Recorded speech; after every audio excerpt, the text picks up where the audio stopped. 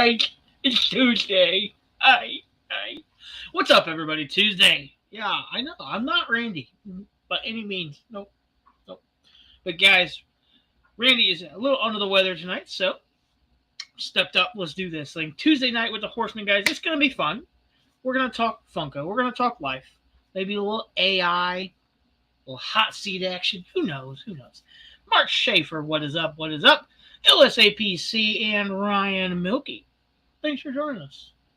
Guys, it's been a busy week here at the old Smith house. So, um, lots of videos, lots of eBay stuff going out, lots of eBay stuff going out. And thank you if you're one of those folks that purchased something. So, and if the gentleman that I met at the Amazon store yesterday just happens to stop in tonight, thank you for giving me that item that I purchased because it already sold on eBay. So, you are a stellar human being. Let's just put it that way. So, yes, Mark Schaefer, thanks for joining us. You are the first. So, here we'll highlight your quote for a little bit. All right, that's enough. That's all you get. So, guys, it's Tuesday night, like we said. Fun. It's a little chilly here. It's like 28 degrees, I think. So, got my hoodie on. I'm ready. Still need a haircut. God, I need a haircut bad. But without further ado, let's bring on some other horsemen.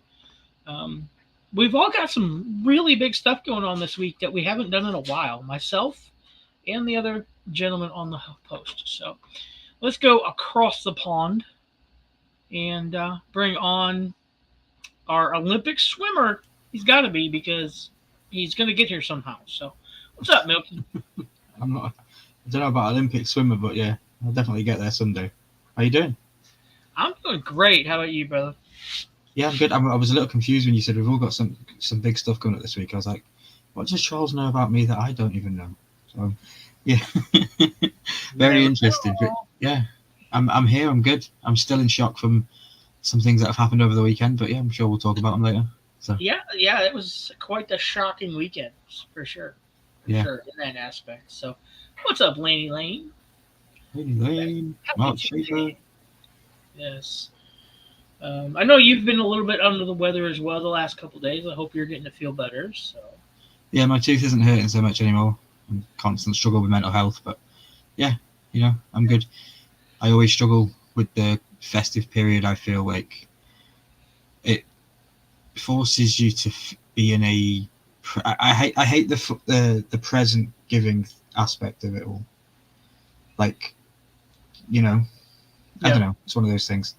For me, Christmas is a debt issue for me. It just puts you in debt. Yeah. I mean, I totally agree with that. For me, Christmas isn't about the presents. It's more about the reason and the getting to spend time with folks you probably haven't spent all year with. Which is weird to say, but sometimes Christmas is the only time you get to see certain people.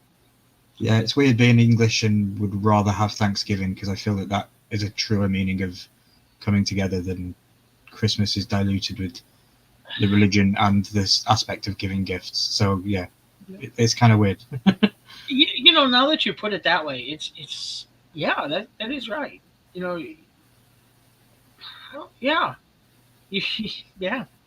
you've opened my eyes up. So I might be doing Thanksgiving next year and not Christmas. Put it that way. Okay. All right. There you go. Yeah. Sorry to put that down, but I'm here anyway. How you doing? It's been good. I've been doing good. Been busy. I got a huge order tonight that I have to get out before the end of the weekend, so that's nice. Awesome. Just plugging away, video. We're gonna try to hit 1,000 uploads this year. I think we only got 60 to go. So. I believe in you. It's been daily videos. I've been laughing. I've been seeing a lot of this, the garage background. So that there's been a lot of videos when we're seeing a lot of the garage. Yeah. I've been doing a lot of. It's mostly been Amazon and eBay videos. Lately, there's even a whatnot video coming out here at the end of the week. So stay tuned for that. Or laser videos. Really haven't used the studio setup over here with the pops because we really haven't done a pop video, but we do have some coming up. So Mhm. that we'll be using the backdrop for. In fact, I bought some mystery bags today. No, well, those are those $5 paper bags. Spoiler: I opened two of them, and for so it was $10, and I got $29 in value out of the two pops. So I was happy with those two. Let's now the other two are probably up, up, down, down. Xavier Woods. It's better than spending $50 at Mystery Grail Exactly. And getting 14. Yes. and 4 pieces of candy. Oh yeah, yeah. They old Tootsie Rolls. So, what's up, Kenny Bird? Thanks for joining us. Jeremy Knapp as well. Well, let's bring on our next guest. He is the man, the myth, and the dude. What's up, dude? What's happening? How are you? I'm doing great. You? Good. I was gonna say it's like it's better than Grail Game because you don't even get the candy. There you go. So, Grail Game is the diabetic version of sugar. Yes. I'm just marking my bingo card off. It took less than 30 seconds to get Grail Game out. Yep. Yep. Oh, I almost have a bingo now. Yeah. Yeah. Well, it's funny. I not to get off on this tangent, but it's funny. I watched, I learned, and I never spent a single dollar on Mystery Grail boxes ever, knowing what they are. And then I jump on. I'm one of the first people I know to jump on Grail Game, and it's literally the same company. Like, it is Mystery Grail. It is $7 a pop, and I'm like, why? What have I done? I managed to get through all of the Mystery Grail boxes and never buy one. Yeah. And then I tried that, but whatever. I think it's an ingenious way to do it. Mm-hmm. It's brilliant. They can get you to spend $15 on a box that you would normally not spend $15 on. Actually, technically $19 to get it to you with shipping, or more depending on where you live. Yep. To me, it's 19, so I'm assuming to you it would be 19 as well. But you'll go on there and spend 15, and then turn it back in if you don't want it for 8. Yep. You know, and they didn't have to ship anything. They don't have to package anything. The thing is, I was talking to Luau about it. I said the problem with it is that, you know, as a guy who doesn't really collect a lot of Funko anymore, are very, very specific stuff that I want.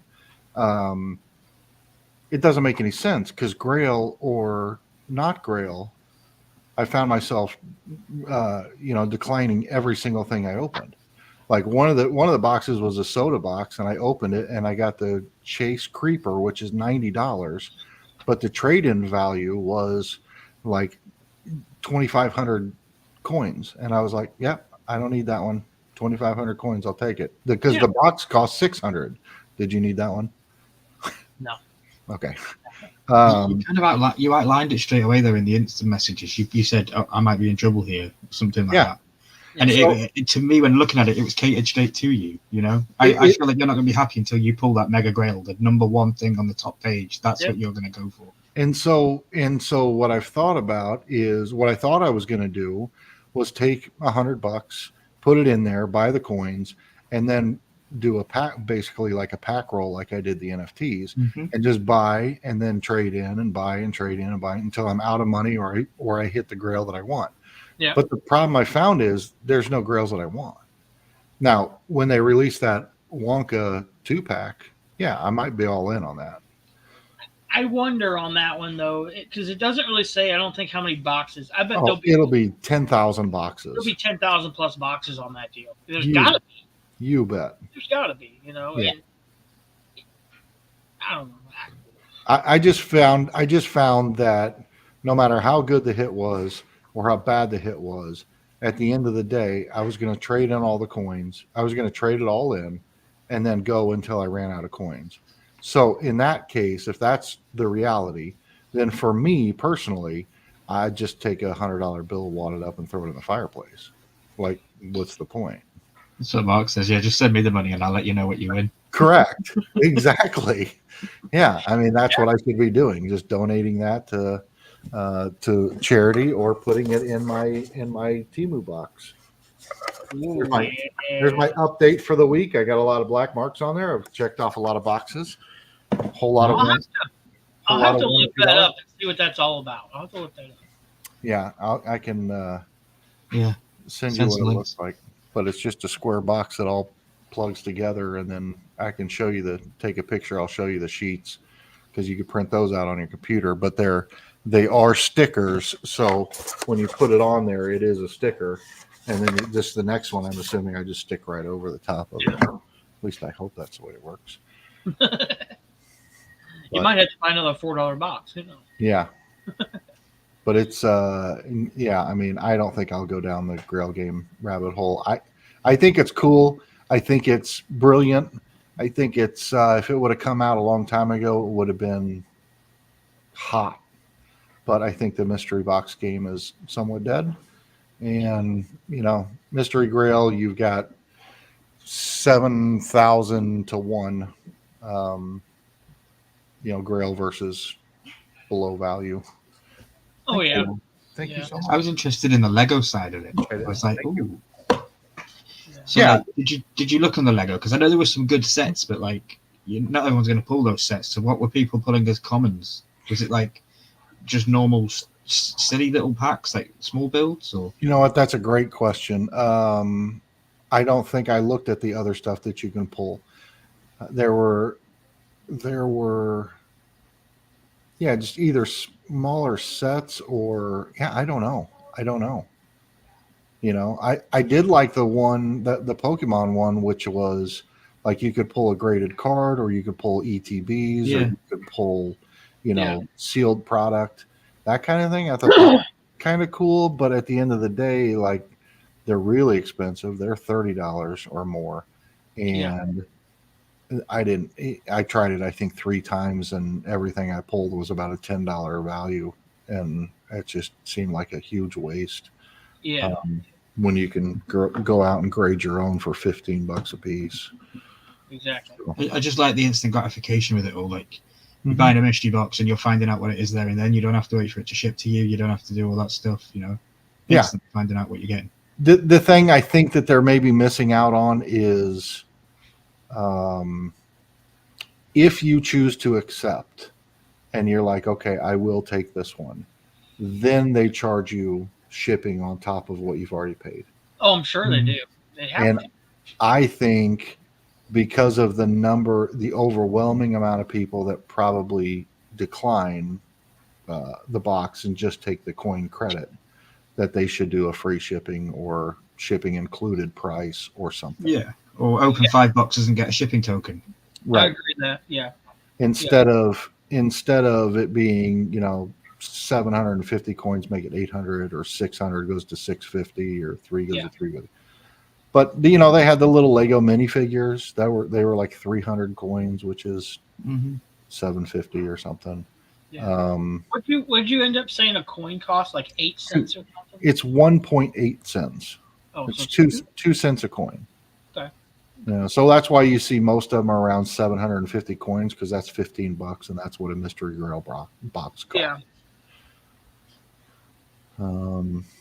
Interesting. It is a very smart, cool, unique, different way of doing it. What I also like is I found out that, so I pulled that Creeper soda and didn't keep it. That soda doesn't then get shuffled back into that box. Oh. That soda is out of that line, period. Oh. And then that's why you see like a new line pop up, and it's in that new line as well. Oh. So when you click through those, you'll see multiple of the same items as top hits in different boxes. Typically, it's because they got pulled in this one and not taken, and so it gets put into the next mystery box. But the whole idea is your odds will never increase. It's the same exact odds. If once it's pulled, it does not go back into that run. It just goes into a different run. Yep, it just goes back. You buy a box, I buy a box, and do different runs. Decline them both. Our items are just going to switch probably. Pretty much, yeah. So are they working the same as NFTs? So like each box that you click doesn't have anything behind it at the moment you click, it generates it through the odds, or is it? I don't know that. I have to think that I don't think so. I have to think it's all pre-generated, but it could be. I don't know what they're running their Yeah. system on because Because while watching your videos, I noticed that there was like patterns of like numbers that had been taken on certain pages. and so the NFTs are able to do that because they're run on I won't get technical about this, but they are run on um, a crypto network that does smart contracts. So it's Wax is on either the Ethereum blockchain or it's on Solana blockchain or whatever it's on, and that crypto backing is what allows that random generator. Now that doesn't mean that random generators don't exist. It's just that in an NFT world you can't hack them. Whereas if this was any other, you could potentially hack these and I would be worried about that if I were them, if I was really truly running the Willy Wonka 2-pack. That's $210,000. Somebody could hack into that and pull that first thing, and that grail run is dead. I get on there and I pull it on screen and do a video on it. Nobody's buying another box from that box run. Good point. Exactly. Yeah. I'd say I mean, yeah. Do you think it's a good concept? Do you think that we really haven't heard much about it? I mean, you have some YouTubers talking about it a little bit, but not really. They're not really pushing it.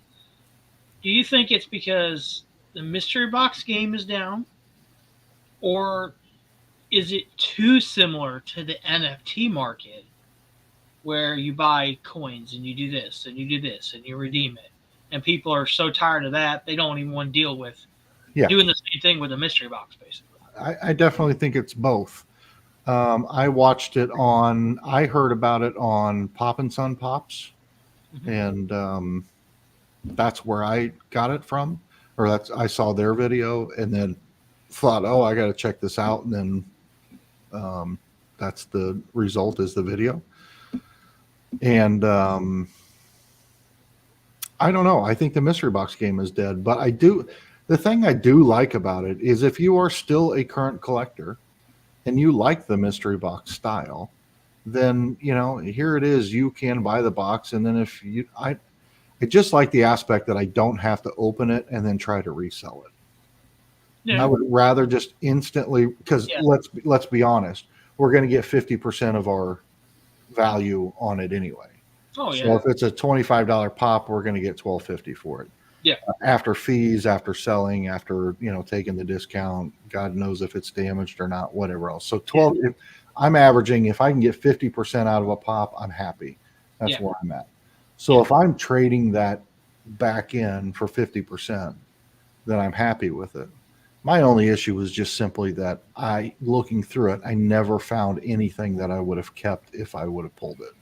Though actually I found one or two, but it's not going to happen. One or two out of thousands of boxes. You saw me clicking through there. I didn't even go to the high side, but some of those had like 65 pages. Yeah. Yeah. It's like, oh, God dang. I think I'm in the same boat as you. I love the mystery. I mean, that's very apparent with what I do every day. But I don't know. It really has to be an intriguing mystery box for me to buy it. Yeah, and it's just a pack rip, Yeah. But I'm a gambler. I will absolutely give it a shot when they come out with that Willy Wonka one. I'll give it a shot. I would probably buy a couple of those. Yes. Outside of that, I think I'm going to kind of stay clear, but I also don't want to trash talk it because I don't think that it's a bad idea. I think it's brilliant. No, I think it's a brilliant idea. Not for me. Yeah. Yeah. It's just not for me. But I'm not going to, I haven't necessarily trash talked Mystery Grail either. No. I've just not bought any. I've made my voice loud enough through my wallet, Yeah. I bought a couple, unfortunately. Yeah, and the soda ones are cool, and I mean, it's not a same deal, At the end of the day, and I think again, I don't mean to keep referencing Luau, but yes, if Jeremy gets the Wonka free mystery boxes for all, that's a fact, Laney. Like, I will set you up. if I was to win the Wonka, it's my retirement. Yeah, Because you can have it for 3K, 300K, yeah. That's what I started at. That got me sidetracked. I don't even remember what I was going to say. Luau. I know. That was shit. I don't know. I was talking to him about. He said it the other day in one of his videos, and this might be what you're getting ready to say. If you buy $1,000 box, you're going to get $700 pop, but you're only going to get $350 or $440. You're not going to get all your money back. But yeah, and what I was going to say too, though, is I think him and a number of people have said a lot of the, the bigger guys are, mystery boxes used to be, you gambled with $25, mm-hmm. and you were most likely to hit a $12 pop, but you had that chance at that $500 pop. Mm-hmm. And so the gamble was you risk losing it all for a chance at that big grail. So, Mark Schaefer boxes are beyond phenomenal because not only are they guaranteed value and mostly overvalue, but then there's also this giant top hit. Yeah. Right. So it's like, but if you look at that from his perspective, and I'm talking for you, Mark, sorry, but you're putting way more money in those boxes than you're getting out of the boxes in return for selling the mystery box run. So most people are saying like, okay, the total value of the run is $1,000. Mm-hmm. So I'm going to generate minimum $1,000. Yeah. And what that means is that 80% of the boxes are going to be undervalued. Yeah. And then 15% are going to be at value, 4% are going to be slightly overvalue, and one grail. Exactly. Whatever the math is, Yeah. Yeah, Laney, imagine the feeling of hitting that Wonka. I don't deserve such good things to happen. Hopefully Brinks would deliver it. Right. It'd be. I wouldn't want it. Blazer's been teasing me with Wonka for months, so I wouldn't even want it. Yeah, fact. I would be. It would be probably have to go in. I mean, consider you buy one box, $15 or whatever the price is, and you hit it. Yeah. I'm going to have to toss that in as a top hit in the F Cancer run. Imagine raising that kind of money. I mean, they would have to go on a bigger platform than just my little YouTube. You'd have to have a target for the raise money. You'd have to have a target that you have to hit. When we hit this target, this becomes available. Yeah. When we hit $1 million, we unlock the Wonka. Yeah. Imagine selling Wonka for $200,000 and writing that check out over to. Yeah. Geez, that'd be one hell of a donation. Good evening, Kate. Good evening, Kate. What's up? Mark said he's usually around $1,600 in a $1,000 box. Yeah. Insane. Yeah, 10 boxes at $100, and he's got $1,600 worth of value in them. Yeah. That's wild. Yeah. Mark, you got any boxes left? Plug those. I think he did the other day. I think he had a couple left. I thought. I recently bought. I actually bought 2. He's got 5 left. I bought 2 off the Luau the other day on some of his whatnot auctions. One. Yeah. It was like $50, I think, but it's got like $120 worth of stuff in it. It's autographs and stuff like that. So nice. Yeah, everything must go, wasn't he? Everything must go, but cheaper sales. It's so funny because I jumped on his YouTube live, and I stayed in there longer than I should have, commenting. I think Christina and I said hello to each other and chatted for a minute. Yeah. Before I realized, like, oh, he doesn't see any of this. He's on Whatnot. It's a restream for Whatnot, yeah. Right. So I jumped over and said hi. And it gets a lot of people. Yeah. I thought I was watching a YouTube live, but that's cool. Yeah. No, you could, if you had a setup where you could put a laptop or something next to you, where you could have the YouTube, on here, and you could actually interact with people and I've seen some folks do that. But I love when they just dual stream it, it's just the stream. Yeah. They don't talk to the YouTube chat at all. I love the idea that you can do that. I don't know that it's beneficial for an auction platform, but like I You do probably like. take bids. Yes, you did say hi, Christina, but I don't like but I don't know that, but I do love the fact that like I could stream that on YouTube and Facebook and whatever else. I just haven't set it up yet. Yeah. I got another. I'm going to be doing. See, we said his name so many times he showed up. What's up, There he Andrew? Okay. I'm getting ready to do it. I'll do another whatnot soon for the rest of the NFT ones I've got. Yeah. I set one up for Sunday at 3 p.m. this coming Sunday. So Excellent. there's nothing on the page yet, but there will be by the end of the week. I've got to slowly get stuff put back in the garage here. So You're doing Poppapalooza, aren't you? yeah. Yeah, buddy. Pops, sodas, Pokemon cards, probably some laser stuff. Maybe I'll use toothbrush. Who the hell knows? Maybe I'll sell these to you for $1 a pack.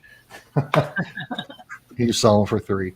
Maybe you'll have better luck than I did. I thought those would sell well. They're pretty hot, pretty popular. I did too. What's up, Henry? Most people are selling for $5-6 a booster pack. Really? I had them at $3. They only cost me like $2.40 a pack. Yeah. So. What's up, Quick Draw? Yeah, and Andrew said anything goes. Yep. What up, Quick Draw? Yeah. I don't know if you saw my live Monday night, but we pulled a bunch of Easter stuff, so that was fun. Was it an Amazon opening? Okay. Yeah, last night I missed it too. I've got to say. Do what? Sorry. No, I It was missed Amazon mystery boxing last night, wasn't it? Yeah, last night. I actually did 2 of them. The place where we bought the very first box, that weighed like 26 pounds or something, I had never bought another box from them because that was just complete. I should have just dumped that in the trash can. I went back there, and I love the guy that owns the place, and he has them for $7 still. But they only weigh about 10 pounds. I'm like, okay. So I bought 2, opened them up. They were pretty good. So I bought 4 the other day. Nice. Apparently, every Saturday morning he has those for $7 a piece. So I'm like, I can get 4 for the price of 2. Yeah. Interesting. Screw $7 a pop, $7 a pile. Right? Yeah. And I've actually probably got better return on the $7 boxes than the 15, just from what I've already sold. Because the one $7 box, I've already sold about $40 out of it. So. Was it the $7 box that you got the Windows disc from? No, that was a 15. That was a 15. Okay. I totally missed it. We got sucked into a new TV show, and we've been binge watching the crap out of it. And it's not a new TV show; it's got 2 seasons in, but never heard of it until recently. And I mean, like to the extent like she was pissed this morning. She's like, "Damn it, it's Tuesday. You guys are going to be alive all night long. We can't watch our show." What show is it? It's called Mystery at Blind Frog Ranch, and it's like Skinwalker Ranch meets Gold Rush meets Curse of Oak Island meets, I don't know. I mean, it's just all of these things in one. It's really, I mean, it's fairly scripted. It's fairly everything you would expect it to be, but it is actually people that own a ranch out in Utah, and really weird shit happens on there. And supposedly there's a buried treasure that they're looking for. Oh, okay. Well, I love Skinwalker Ranch. Yeah, it is very Skinwalker Ranch-like. Only instead of Skinwalker Ranch, where they're all like fairly clean cut and fairly like, they're very science first and all those things. These guys are too, but they own all of their equipment right there on property, and they are dirty as shit from the first moment of the show. Like they do all their own hard work. Where Skinwalker Ranch is like, well, we don't want to dig because we heard these things. If you dig, these guys are just taking giant drills and pummeling into the ground to 500 feet and tearing shit up, using dynamite, anything they can do, and it's like, this is what I wanted to see. Yeah, these guys are like, let's tear some stuff up. Yeah. That's one thing I didn't like about Skinwalker Ranch. It was it was way too scripted. It was way too scripted. I mean it is, but I do lean some value to the cast of characters that are in it because they are all professional scientists. Yes. It's like, I wish Discovery Channel or whoever puts it on, I wish they would just get out of the way. Just get out of the way and let us do our show, and then you put it together, but don't dictate to me like how I need to, every moment there's some big dramatic event that's really nothing, like a guy's running across a field and he trips over something, falls down, gets up and keeps running, and they make it look like he falls and breaks every bone in his body and he's not going to survive, and then next scene is he's up just walking away like no big deal. Exactly. Stop being so dramatic. Exactly. Let's see. Dan just watched The Last of Us. Yeah. Let us know how you like that. You gave it a 9 out of 10. Nice. I love that show. Can't wait for season 2. Definitely. Have you guys watched that yet, Jeremy? No, we haven't. I'll put it on the list. Nice. It needs to have about 4 seasons before we jump fully in. There's only 2 games, so you're probably only going to get 2 seasons. Yeah, probably. Okay. I can give that. What are you doing? Speaking of games and seasons, good segue there. Who's been watching the new Squid Games challenge? Because that's insane. It's very good. Is it? Yeah, I personally like it more than the show. Yes. For one, I don't have to do subtitles, like Charles has said. I don't mind the subtitle thing. I can do it. I can take it or leave it. But I just like that it's real people, and it's on the real damn set, so it feels like you're watching the same thing. And I just thought they did it really, really well. And I'm not going to spoil it for anybody, but just know that if you binge it, it stops and says, now you've got to wait 4 days. But it's actually, as soon as this live finishes, I can go and watch the next ones. But I went and did some researches, and what they've done is there's 10 episodes in total. They gave us 5. Now they're giving us 4, and then we've got to wait till December 6th for the final. Yeah. Interesting. I'm like, damn it. But so is it they dubbed? can win real money. No, it's not dubbed. It's just a game show. Right, but I mean, so is it? You said It's you don't English need people, subtitles, Scottish people, American people. I Yeah, got it's a bunch of people. There's a mother and son in there. There's multiracial people. There's all sorts of stuff in there. Gotcha. It's really, really good, and I'm loving it. We'll definitely watch that. That sounds like something we would do for sure. On Netflix. Okay. I'd like the Fallout TV show next year. I love that game. Oh, that'll be good. Yeah, Lainey said she definitely wants to watch Squid Game. Yeah, I was saying to you, Charles, backstage, wasn't I, with it, this modern era of television, especially on TV, it's game show stuff. It's Survivor, Big Brother. They're the things that get the viewers, Yep. And I think that if Netflix decided that they wanted to do this, they could do this properly. They could bring the prize money down to maybe 2 million instead of having it as such a high extortionate thing that it is now. Yeah. Have it to like 2 million and do it every year, and you could do applications. My only thought was it feels now, I don't know, I haven't seen it, but it sounds like I could take about 10 Mr. Beast videos and put them together and get the same effect. Like he's always doing that. Everybody stays in a room, and whoever the last person in the room is wins $1 million or wins, whatever. Yeah. He's always stay in the circle, or don't take your hand off the car, or don't, whatever, stuff like that. That's what it feels like to me. Yeah, Mr. Beast did the Squid Games video. He did his own version. Gotcha. Yeah. Because, I mean, to me, Squid Games, the movie or the TV show was because, people, they didn't just get kicked off the show. Mm-hmm. There was, there was a little more long-term. Yeah. I do like I don't want to give too much away. I do like how if you're out of the game, how it happens. Yeah, everybody's rigged with a device, so it visually looks like you get killed. Okay, that's cool. I mean, not that I like to see that, but I do. You can see it, like once they realize they lose, they're just like, oh. Yeah, and the packs explode. I love it. And they fall It's over. funny how they move after. Yeah, they fall over and pretend they're dead, but then they move 10 seconds later. It's Yeah. like, hang on a minute. Yeah, that's kind of cool. Yeah. Silly. Yeah, I found that the other day. I was like, Squid Game. I've seen this before. I'll watch it again. I started watching. I'm like, wait a second. This Yeah, isn't. This is not a movie. This or a series. This is like. I want to say real life, but right. yeah. I'm like, oh, okay. And I ended up watching all 5 episodes back to back to back to back. Same. Mark said like the Saw movies. Yeah. Yeah, which Mark, I did finally watch Saw 10. We watched that the other day.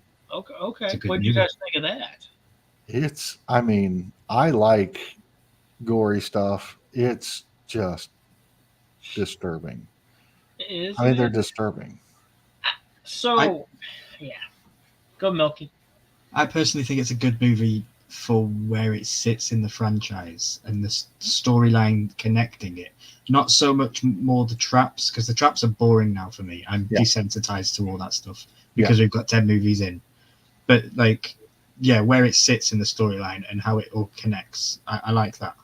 See, I'm the opposite. I told Mitchie because she's trying to figure out like where does that fit into the line of, and she's like, is this where he goes to Mexico or when he was gone in Mexico? And is it this, that? And I'm like, I don't even know what you're talking about. Like I watch these movies for one thing and one thing, or a handful of things, and that's it, which is the contraptions and then the twist at the end. Because I mean, I know when he's putting that thing around his neck, no spoiler, whatever. I know that that's not how it ends. No. Like I know this is all planned and prepared for. Yeah. So that's what I love about it. And then to see how it all plays out, I'm just like, okay, no matter whether I knew it was going to twist, I never saw that ending coming kind of deal. I don't think anybody saw that ending coming. Yeah. No. I didn't see the ending coming, but you have a very good point. I knew that it sat in between the end of the first movie and the start of the second movie. So therefore I knew that nothing was going to happen to our main guy because he survived throughout the franchise. Right. So yeah, you have a very good point, but I was still shocked with the twist. I had no idea. Yeah. Nothing will be better than the first one. No. And then Go ahead. Go I was just going to say the ending in the first one with the standing up, slamming the door, like nothing's ever going to beat that. No, I don't know anybody. I've never met anybody that called the ending. No. I agree. Now, Milky, you told me something. It supposedly lies between 1 and 2, but something was said in Saw 10 that wasn't known until what, Saw 4? Yeah. Yeah. Yeah. She calls him the Jigsaw Killer. She calls him the Jigsaw Killer, and it wasn't quite announced in the cop world that who he was and the nickname that he was given because of it until around the 3rd or 4th movie. So for it to sit in between 1 and 2 was a continuity issue. I thought the same thing. I wondered. I didn't dive too deep into that. I didn't think too hard about it, but I had absolutely wondered when she said that. I was like, why would they know that? Yeah. He was still undercover at that point.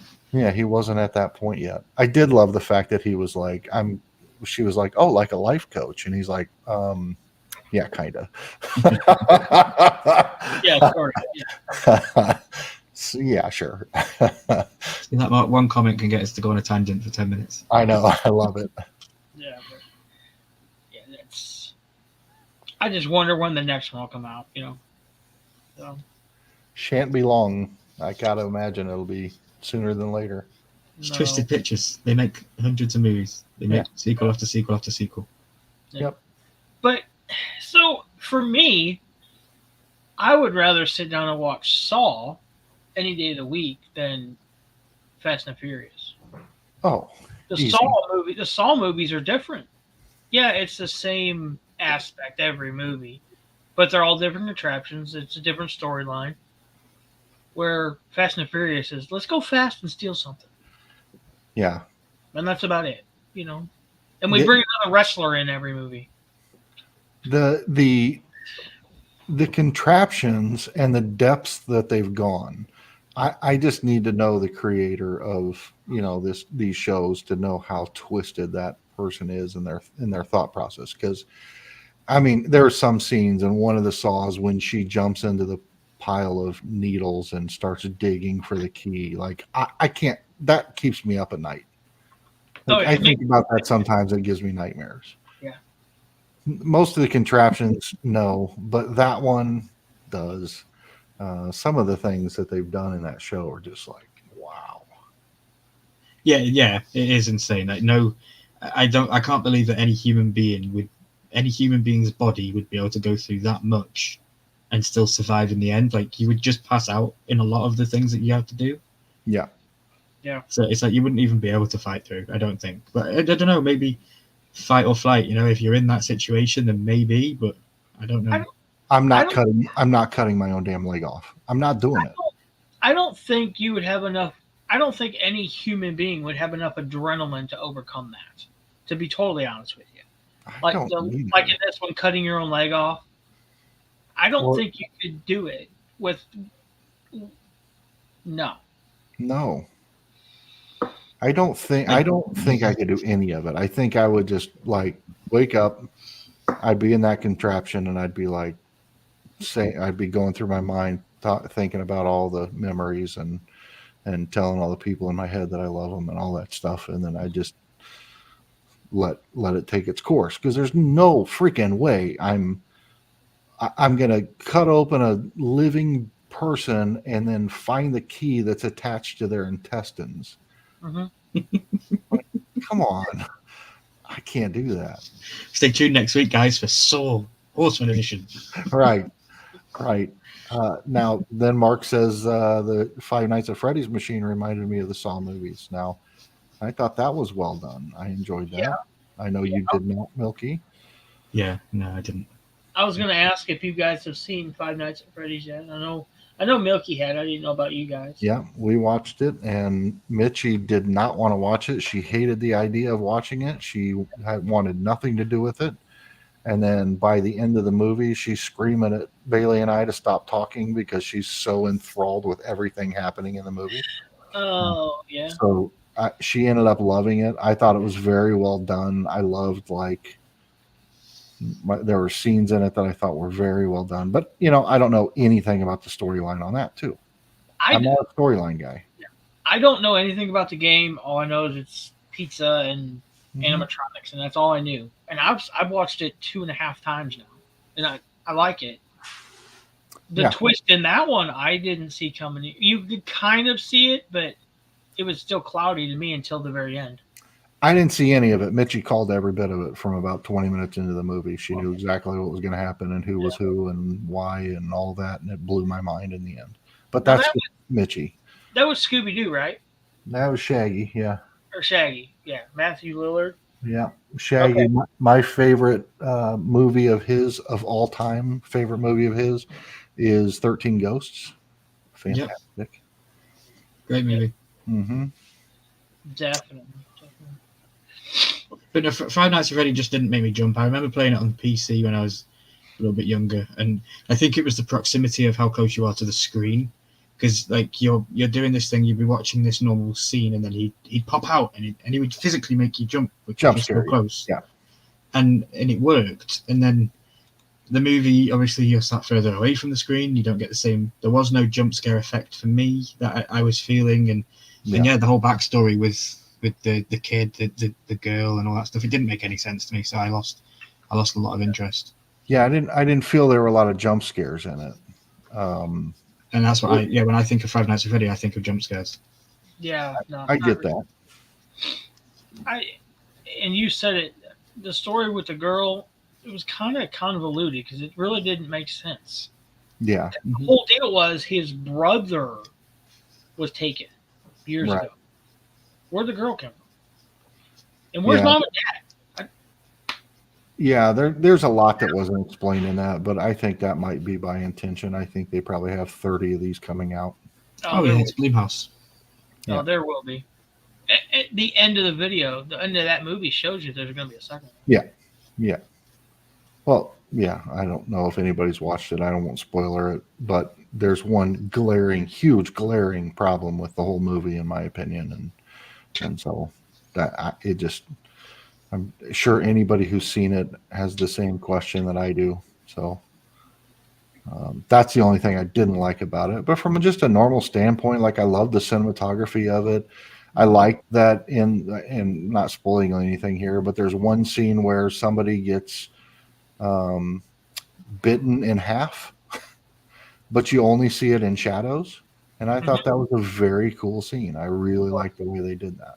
I mean, I like the blood and the gore and all that stuff in scary movies, but I thought that was more kind of the psycho, like just the lack of that made it PG-13, but it also gave you the same fear, but also Leaves it to your imagination. leaves it to your imagination.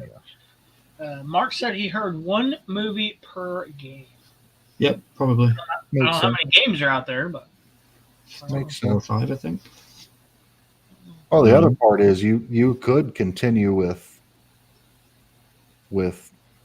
Josh Hutcherson or whatever his name is as a character in the movie. I mean, if he would do it. yeah, I don't know. There's still unanswered questions about all that. Oh, there's so much. Yeah. And years ago, I didn't like movies like that. Don't make me think. I'm watching something to have fun. Right. Now I'm like, okay, where's the spin? I want to know the spin. Need to I figure know, I that, love movies like that. And I never was Movies like that make you think. Inception and stuff like that. I you learn more on Inception and Interstellar and stuff the more you watch them. I think they're fantastic movies that make you think. Oh, Shutter Island, Fantastic. Is that So- Leonardo DiCaprio? Yes. Yeah. Bloody fantastic. Mark Ruffalo.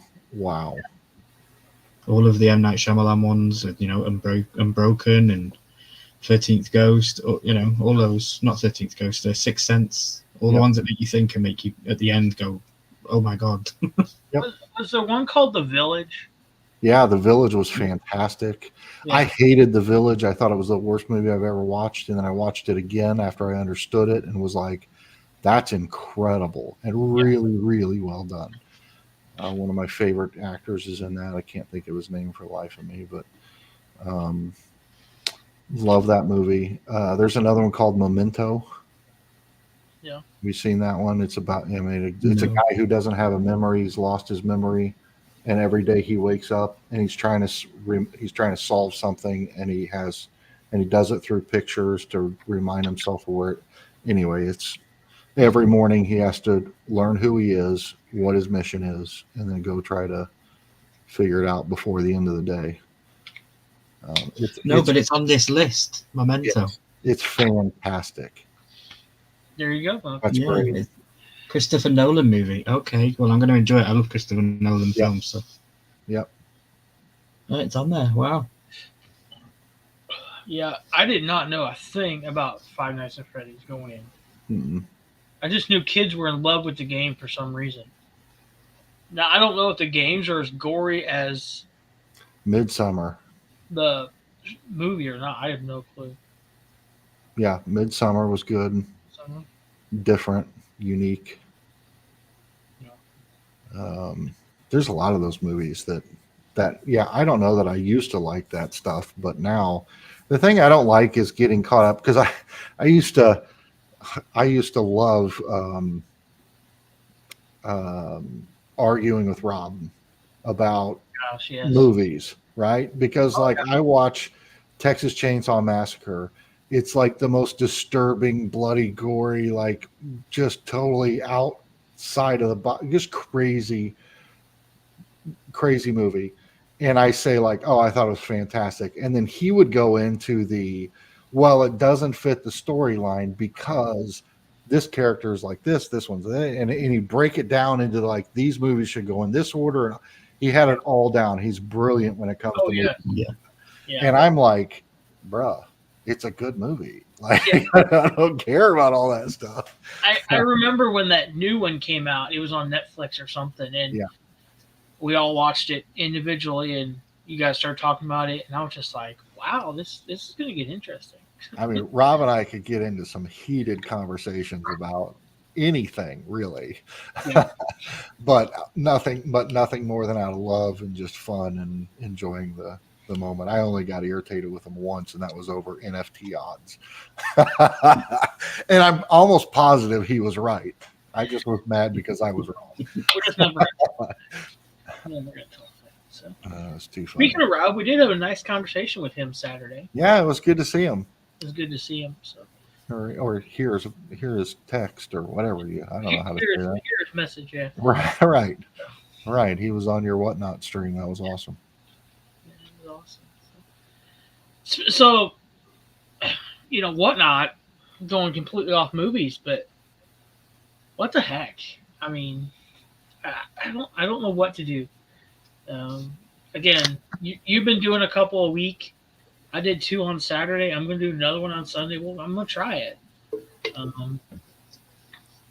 The other one didn't work out, and the other one really didn't work out. Couldn't even get onboarded, but I still get text messages every day. So. Oh yeah, come on back. No, I'm good.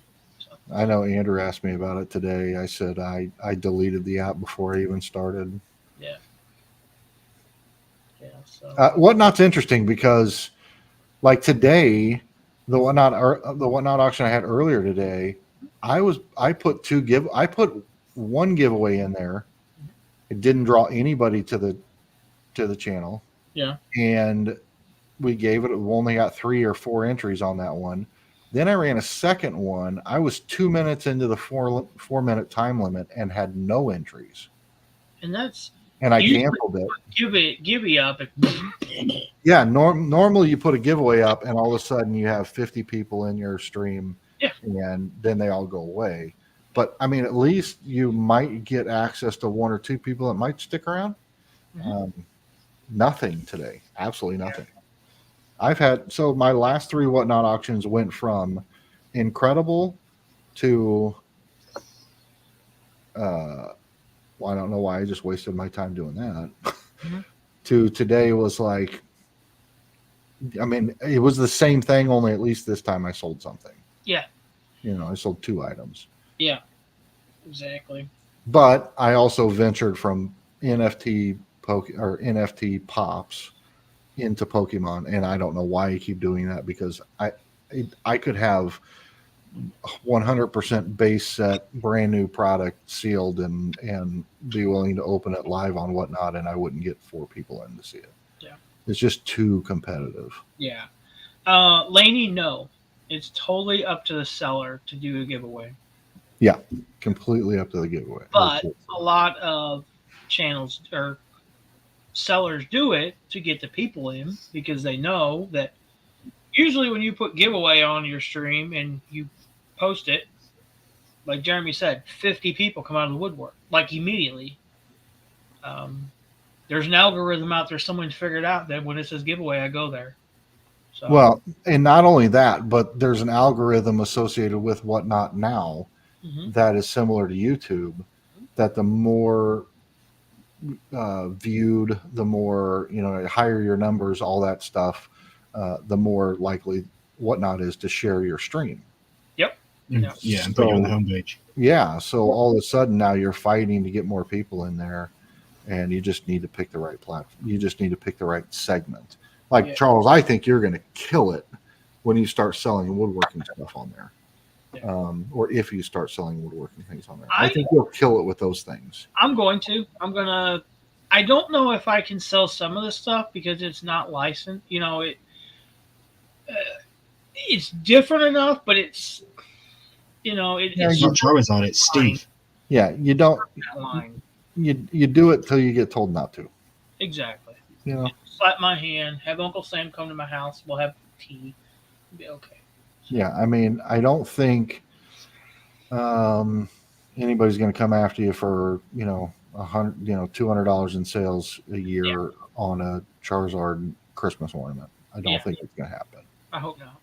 So, and it's not a Charizard; it's a red base. Yeah, that's why I did that. Yeah. Yeah. Yeah. So. But I mean, Pokemon is not for resale. Other than, I mean, like as non-licensed, I shouldn't be selling graded cards. True. They're not stopping us from doing that. They specifically set up graded card sections. Oh yeah, yeah. No, I'm definitely gonna try it. We have a huge show this weekend, German Christmas event we're going to. I kind of hope I don't have anything left to sell on Sunday, woodworking wise, but if I do, there'll definitely be some stuff thrown in there. Yeah. And then we'll do pops and sodas and whatever. I can. Yeah. There's always books. Can always sell books. Oh my god, yeah. Yeah, I went to the antique store today and I'm like, do you guys have any open spaces? Because I walked around the whole store and there's like 10 open booths. I'm like, oh, okay. I asked, no, we're on a 6 to 9 month waiting period. I'm like, really?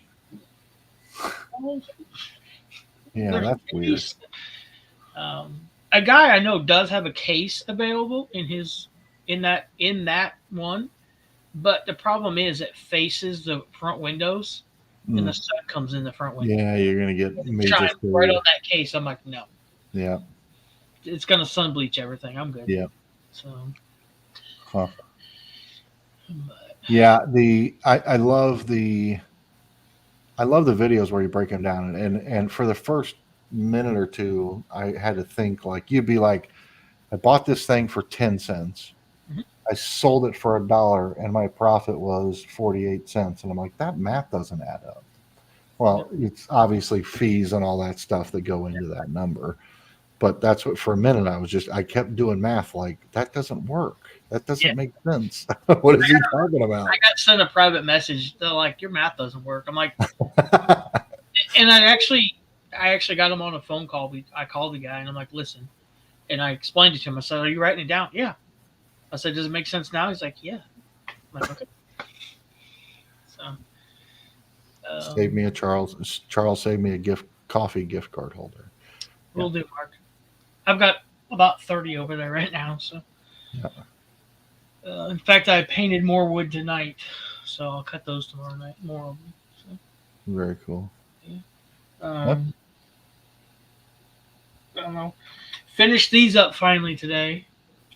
Nice. So those can go out next week, or they'll go out this week. But there's 80 of them going to the. So, and he said he'd probably need 40 to 60 more. I'm like, all right. So, yeah. But yeah, no, I plan on trying to hit whatnot pretty hard if I can. We'll see what goes on, what happens. We'll see. If it does, it does. If it doesn't, it doesn't. I've still got outs for everything.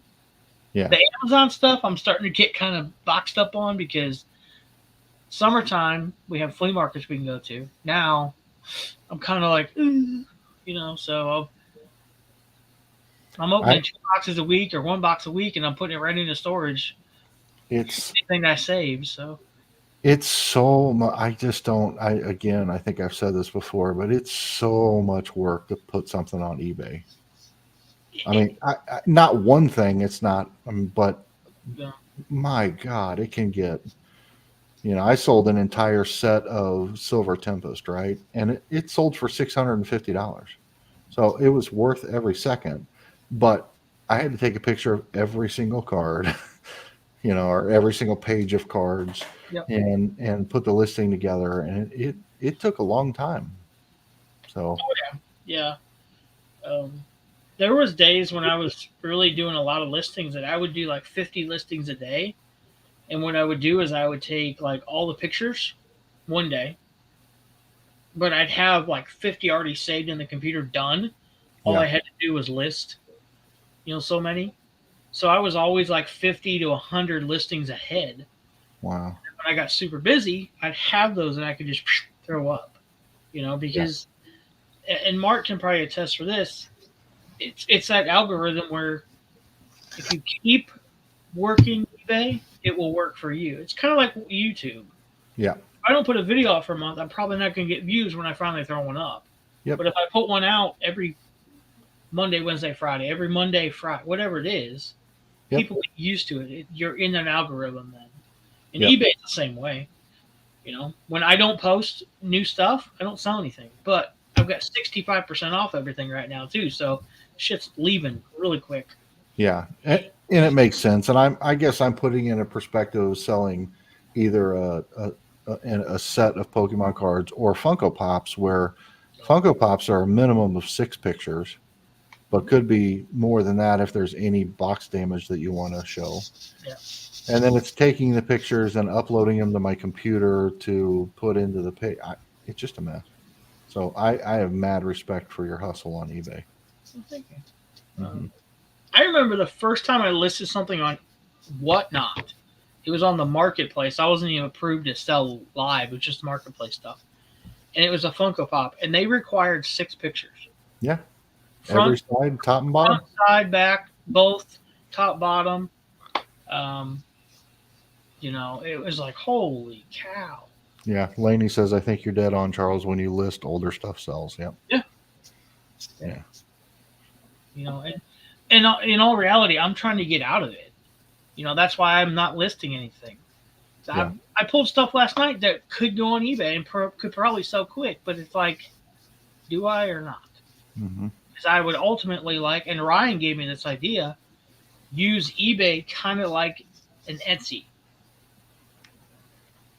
I don't understand Etsy. I have items over there for sale and they don't get views. I don't know why, but they're just not getting views. So I'm not even working it. I'm like, I'm done with that. I'm out. Yep. But if I put the laser stuff on eBay and offer multiple different options, it's the same thing as Etsy. The fees are cheaper on eBay than Etsy, and I don't really have to have stock. I can make it in 2 minutes. Yeah. Whatever they want to buy. So. Just the idea that you said the fees are cheaper on eBay is literally disturbing to me. I mean, the fees on eBay are ridiculous. Oh, yeah. So Etsy's got to be absurd. Yeah. I've never sold anything on Etsy, so I don't know. But yeah, through other resellers, I've heard that Etsy is.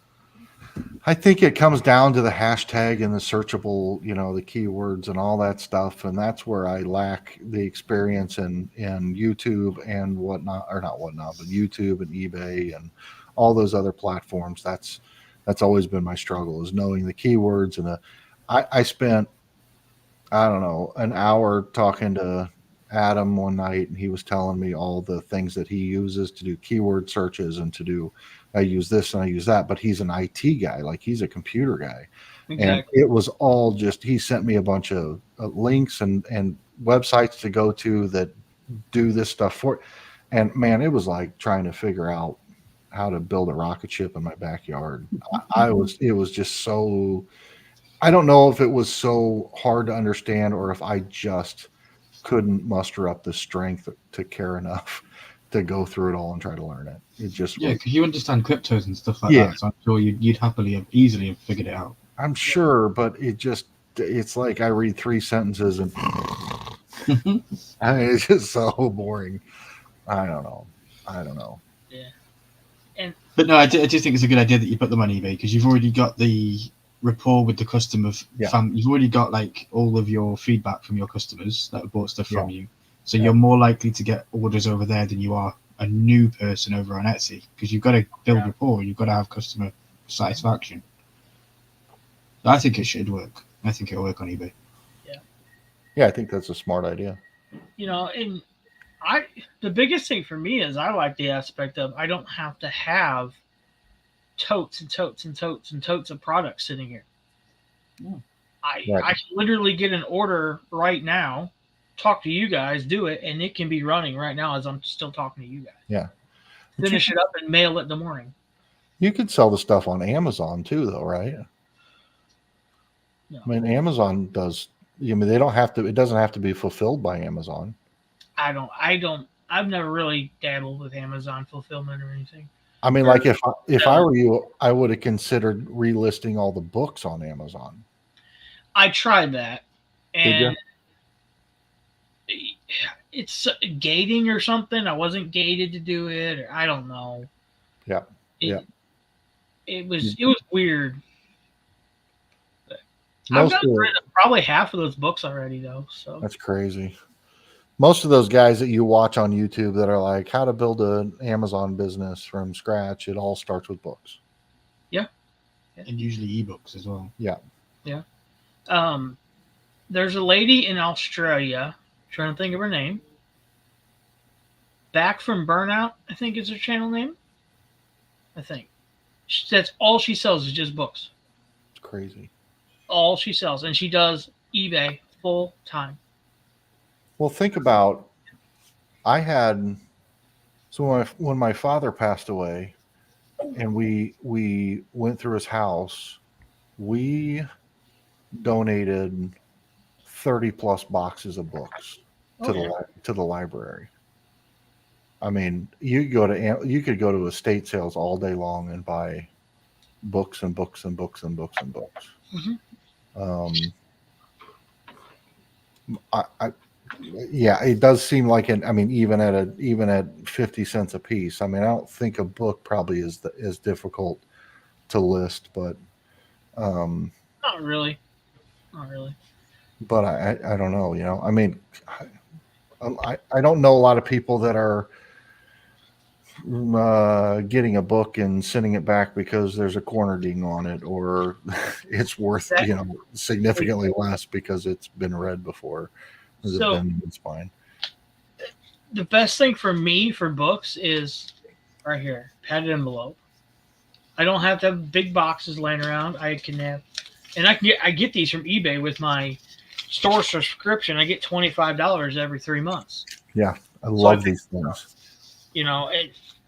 I've never had a complaint about sending a book in a padded envelope. One guy's like, "Will you send it in a box?" I'm like, "No."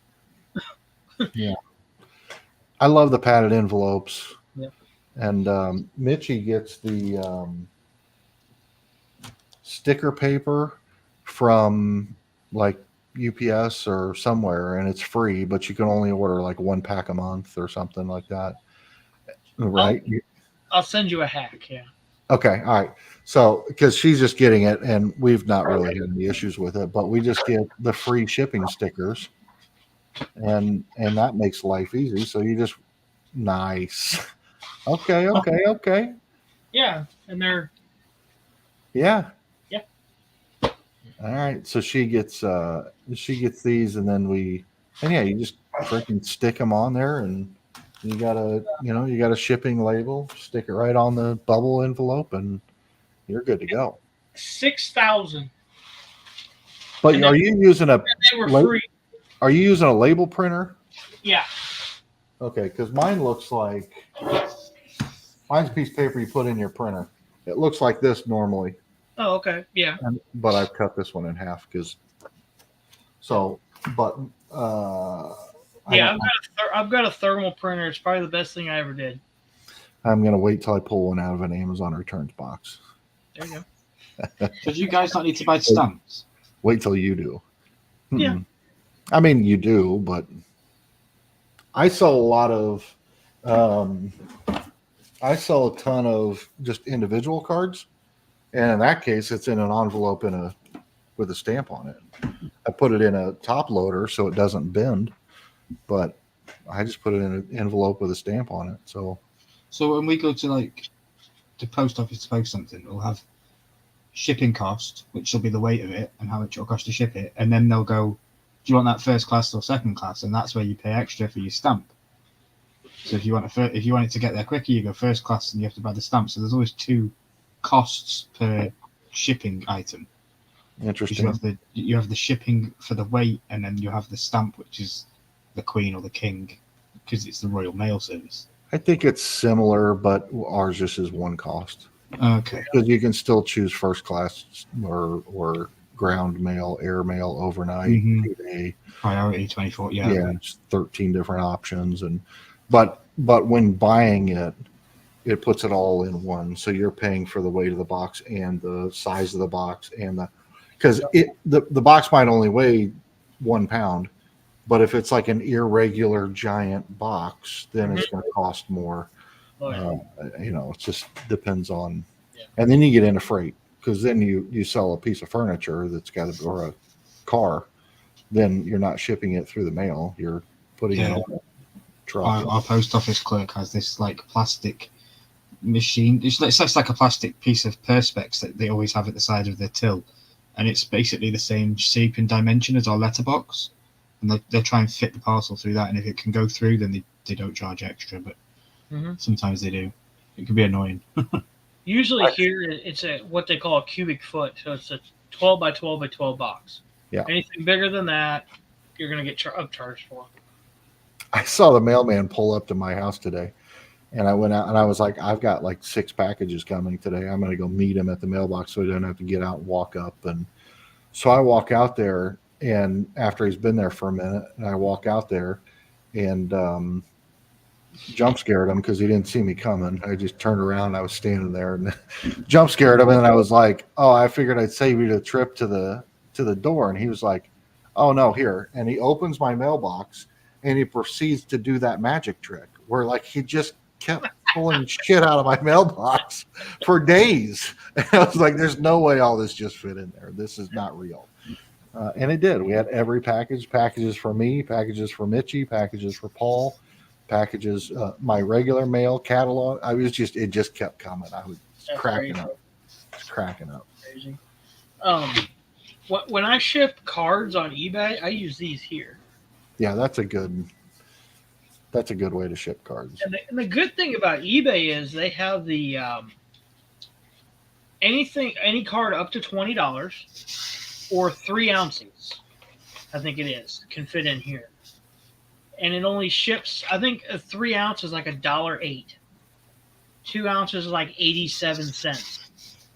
So it's really, really reasonable to use. And that's hard to bend. I mean, yeah, but see, if I put this card in a top loader, which is 5 cents, in an envelope, yeah, with 1 stamp on it, I've sold hundreds and hundreds of cards through TCG Player, and not one complaint ever.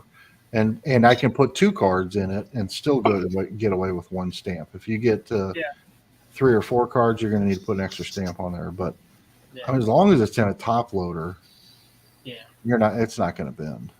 Yeah. And honestly, letters rarely get damaged. It's always boxes. Yeah, I've never really. I don't think Dad ever talked about letters getting damaged. You know, every once in a while, of course, one gets caught somehow in a machine and gets shredded. But he always used to say it was the boxes, and it was Fridays, and they would just drop kick them. So. Yeah, right. Yeah, I mean, we always try to be as nice and get our mail person a gift card or something for Christmas. I do too, because we put our mail person through the ringer. Oh yeah. I mean, we ours changes on a daily basis. I mean, we've got two, maybe 3 that I see regularly.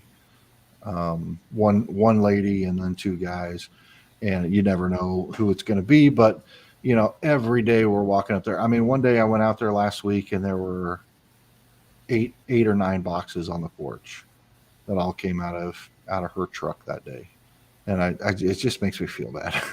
Now, we are the stopover point for Paul to go to Australia.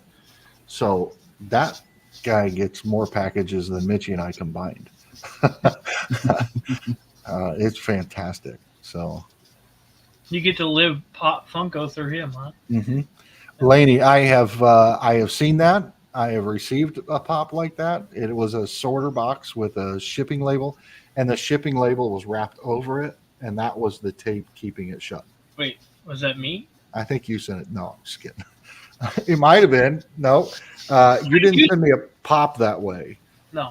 And you had the eBay tape around it, but it was not a pop. No, I use a lot of sorters for like sodas. Yes, it was sodas, or like if I sell a mystery mini. In fact, I'll be using one tomorrow because a Star Wars mini just sold. I don't have a box that small. I'm not putting that in a poly bag, so I'm just going to use a sorter box. I've even used the sorters for sodas to ship little like Hot Wheels in stuff like that. It worked. So I think there's actually something. Actually, and the thing I'm thinking of that specifically, you didn't ship to me. You shipped to him. You shipped to me for him, that's in his run of stuff that I've got to get over to him. Oh yeah. Yeah. And it wasn't going to get damaged under any circumstances. So No. I remember what it is now. Yeah. hey, you know what just popped in my head, and I don't know why. This is absolutely ridiculous that I just popped into my head. I'll explain to you later. But did you see Iconic Otter having a baby? Little Yeah. girl? Yeah. Yeah. Congratulations. I know, big time. Shout out to Iconic Odd. Yeah. I miss them. I know. They were always a hoot. You know who that is? Sure. Yeah. The random stuff they used to send Oh my gosh. in their Patreon boxes or whatever boxes, the random stuff they used to send me reminded me of something, and then that's how I got. Yeah. I think you sent me one of the CDs they sent you. Yes. I still have it here someplace. Sell it on eBay. It's something weird. It's like, what? Yeah, I just saw the Instagram picture. Mitchie, I just saw that Instagram picture. I didn't see that they made the announcement. I just saw the ultrasound picture, and I was like, oh, that's been happening for a while. Yeah. I think they said 5 months. That kid looked just like him. Yeah. Anywho. Let's see. Jeremy Knapp said Walmart did that with a con exclusive once. That's crazy. I mean, that's better than shipping it in a bag like some company used to. Oh, Who God. used to do that? Hot Topic? Hot Topic. Pops Hot in a Topic bag. and Box Lunch. Both of them. Yes. Yeah. Shipping pops in a bag. What a nightmare. I've got some sodas laying. I've got 2 Captain Cold sodas here someplace. And then they didn't want to replace them. I'm like, Yeah, they're just completely destroyed, bent all to hell. Yeah. Yeah, Laney said might have been better than the bag they don't really use. True. Yeah, that's what I'm saying. I've got some interesting shipments from Amazon in bags. It's like, really? Okay. But we got here in one piece, so I'm good. I don't think I've ever had any dodgy packaging. Yeah. Box of Funko cards in a bag. Nice. That. So, Yeah. if anybody, so this is off topic. If anybody is looking for, let me find it here. I have it in my cart at GameStop. I don't know why. I just think it looks cool. They're having a really big sale at GameStop right now on a bunch of stuff. They have the Funko Pop My Hero Academia Deku in the hero costume skateboard deck for like $15. Really, the skateboard deck? Yeah. That's kind of cool. That's a background piece. That's a wall hanger. That's cool. Yeah. And they also have House of Dragon Coreless for $2.56. So I'm definitely getting one of those. See how a skateboard deck and a Funko Pop get shipped together. Yikes. That's scary. Yeah. Yeah, definitely. It was refreshing. I was talking with the Luau on voice notes about House of the Dragon. Yeah. And he made a point. He likes spoilers. He likes to know what happens. So it was very refreshing to go through voice notes and actually say what I believe is going to happen in season 2 and how they're going to end it and how it was quite nice. So it'll be a good one to go back and at the end of the year and see if Milky was right. Yeah. I'm highly considering picking your brain and letting you tell me everything before the season starts, so that when Mitchie's guessing all along and I make those $100 bets, I have a little bit of an advantage. You'd be like, "Are you sure you want to say that?" You sure? I don't think you guys can even fathom the amount of money I lose to her in bets. Oh yeah, I can. Oh, wow. Yeah. Oh, yeah. Nonstop. Her brain would be interesting to examine. That's for sure. For sure. I wonder what odds she would have put on CM Punk returning. That would have been a good one. Yes. Yeah, let's talk about that a little bit, Milky. What'd you think of Survivor Series? Survivor Series was. I've watched it again, so I don't ever do that. I never rewatch a pay-per-view, but I did because of what happened at the end. I rewatched it, and the pay-per-view itself was pretty lame. I'm not a big fan of the structure of War Games. You pointed that out very clearly, Charles. There's no point to any of it until the bell rings. Yeah. Like, two people start the match, and there's two rings, and there's a cage over both of the rings, and they fight, and their teammates are locked in other cages out at the top of the ramp. And every 5 minutes, one person gets out of the cage at the top of the ramp, and they can fight and help. And it's 5-on-5, and usually one team has the advantage of being first in. But yeah, it was okay. I just think that what happened at the end obviously was fantastic where it was. I have never been, I can't say never, but I very rarely get shocked with WWE product these days because it's just gone so downhill. Oh yeah. And I know Jeremy doesn't watch it and stuff like that. But you know who CM Punk is, Jeremy, right? I've seen the Funko Pop. Yeah, well, CM Punk left WWE 10 years ago in a massive pipe bomb that shook the wrestling world to its core. And he walked out and said he'd never come back. And ever since then, he's joined AEW, a rival company, and he's said some pretty harrowing things against WWE. Well, his whole tenure with AEW fell through. He got fired. And I thought that would be the end of it. Well, no, they were in Chicago for the pay-per-view. And at the very end, WWE did the pay-per-view. They put the credit thing on the screen, which is like the little logo. Usually that's a standpoint to say, okay, that's the end of the show. There's nothing else going to happen. They did that. Everyone thought, okay, that's the end. And then they hit CM Punk's music. And he actually came out. And yeah, then Monday Night Raw came along and he had his little promo. His promo was very WWE-esque. I was expecting him to maybe be more punkish, but he wasn't. I don't know. It's setting up some good stuff for the future. I think that, if you notice, Charles, I don't know if you watched Raw, but he said what he said on the mic, and then at the very end, the mic fell down, and he said, "I'm not here to make friends. I'm here to make money." Yeah. That was the truest statement I heard from CM Punk that evening. That was CM Punk to its core. Everything else was what WWE had asked him to say. Oh yeah. Yeah. I thought it was very interesting that they advertised him to be on the show. They even had the first hour of live television advertisement commercial free, and they chose to put CM Punk on the last 9 minutes of a 3-hour live show. Yeah. It was the very last 9 minutes, so it was like they definitely teased us. They're putting all their eggs in his basket for sure. On this one. Yeah. On this. Interesting. Yeah, I enjoyed Monday Night Raw though. I'm loving the man meaty slapping, big men, big muscly meaty men slapping each other about the ring. I really like that. Like a couple of years ago, WWE did 205 Live, and it was all of the wrestlers that were under 205 pounds or whatever they could wrestle. It was all the high flyers doing all the crazy acrobatic stuff. Yeah. Well, if WWE are listening, I would love 305 Live, where it was a super heavyweight division, and it was just all of the big guys fighting. I think that'd be better, because these big guys are now doing somersaults and moonsaults and everything. Oh yeah. Yeah. The likes of Mark Henry's size people doing moonsaults off the top rope.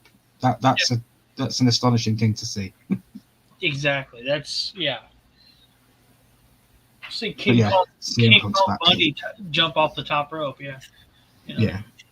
CM Punk's back, and the reaction he got, WWE said it was the most socially viewed thing in history, with 71 million social view counts. So he's bigger than The Rock. He's bigger than Stone Cold Steve Austin. He's bigger than Hulk Hogan. CM Punk is the man. So he is, or his storyline is? He is everything with his storyline. Yeah. Yeah. I'll tell you my one wrestling story. When I was a kid, some wrestling company came to town and played at the Civic Arena in St. Joe, and it was it was huge at the time. I don't know why, but it was huge. I mean, I don't know whether it was like, it wasn't WWF at that time, which is what the most popular one. But whatever it was huge, and it sold out. It was a huge crowd. And I remember a friend of mine was going and had an extra ticket and wanted me to go with him. And we were like elementary school kind of grade.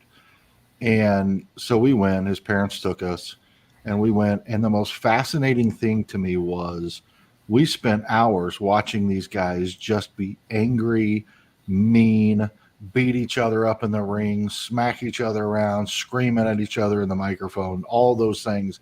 And then after it was over, we got to walk up and meet every one of them, and they were the nicest people in the world, and they were all friends with each other. And it was, you saw behind the curtain, like most people had left and we got to stay.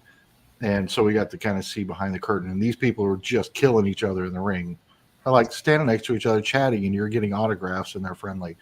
That was eye-opening. That was the most fascinating thing I ever experienced as a kid. Like that. That's pretty neat. Yeah, and it still is like that. But there is obviously real life beef between some of them. Sure. Like there's an element of obviously entertainment with it. Like CM Punk came out and Seth Rollins has been captured on video camera and shared amongst the whole internet of him being like really angry and having to be held back by staff. Now that fits into storyline because he's a professional wrestler who would never hold his own true emotions live on camera. So you know that it's for the storyline, but if you know the storyline, you know that there is real hatred there for the two men, for Seth and for Phil, not the wrestlers. So it's definitely interesting to see where it's going to go. Yeah, they legit just each other. Just the stuff that Punk's already said, like the stuff that Punk said in AEW on a live microphone about WWE, for then WWE to have him there only 6 months later is kind of hypocritical. But where does hypocritical stand over multi millions over the next couple of years? Exactly. So that's where you've got to think of it like that. Yeah, exactly. And it's a new world in wrestling. Vince McMahon isn't in charge anymore, so I get it. In the grand scheme of things, in that scenario, the more hypocritical it is, probably the more value it carries. Oh, yeah. The more controversy, the more money. Yeah. And is CM Punk going to be the same character? Maybe not. I from what I've understood, he's going to play a corporate CM Punk role. Mm-hmm. But I believe I give him 18 months before he's fired by WWE. Because he has an altercation with somebody backstage or he does something wrong on a live microphone. I don't think Triple H will have anything. He'll just be like, dude, see you later. We've had our money out of you. Yeah. Mark said, it's all work, Milky. They probably arrived in the same car. But, I would think, maybe I'm overplaying this, I would think, though, in that situation, based on what the sport entertainment is, that you would see that coming. Like, wouldn't you see them writing him out of the storyline slowly? No, because of what happened to AEW. Like, he was due to open the biggest wrestling event in the entire world in London, All In. And there was an altercation backstage where he grabbed somebody by the throat and got fired. And he went out, did his match, and then they literally fired him there and then. So he was just on shorts. But Gotcha. Yeah, somebody backstage got under his buttons and made him attack. So it could be anything. I think anything could spark it. And with WWE these days, they're not going to be like, oh well, we've got 6 months of storyline in this. We're going to have to keep you here. They'll just get rid of him there and then. Yeah. Or there'll be the clause in his contract where he doesn't get paid if he does this. I was going to say, do they release the contracts like they do with the NFL or other sports? Like, do we know he's got a 2-year contract or a 4-year contract? We do find out these deals, but I don't know how. We usually Sean Ross Sapp of Fightful Select, he usually says. Kate, I hope your head feels better. Sorry to hear that. Have a good night. Yeah, sorry, Kate. Sorry, Kate. We'll see you next Tuesday. We'll deal with the headache. He's here on screen with us. I know, right? I was just curious because I wondered. I mean, for all I know, he could have a 4-episode contract or a. I believe it's multi. I think believe it's multi-year. Yeah, I don't think I've ever really heard like you're saying, like, you know, Joe Burrow got 10 years for $300 million. I don't think you really ever hear about like wrestling like that.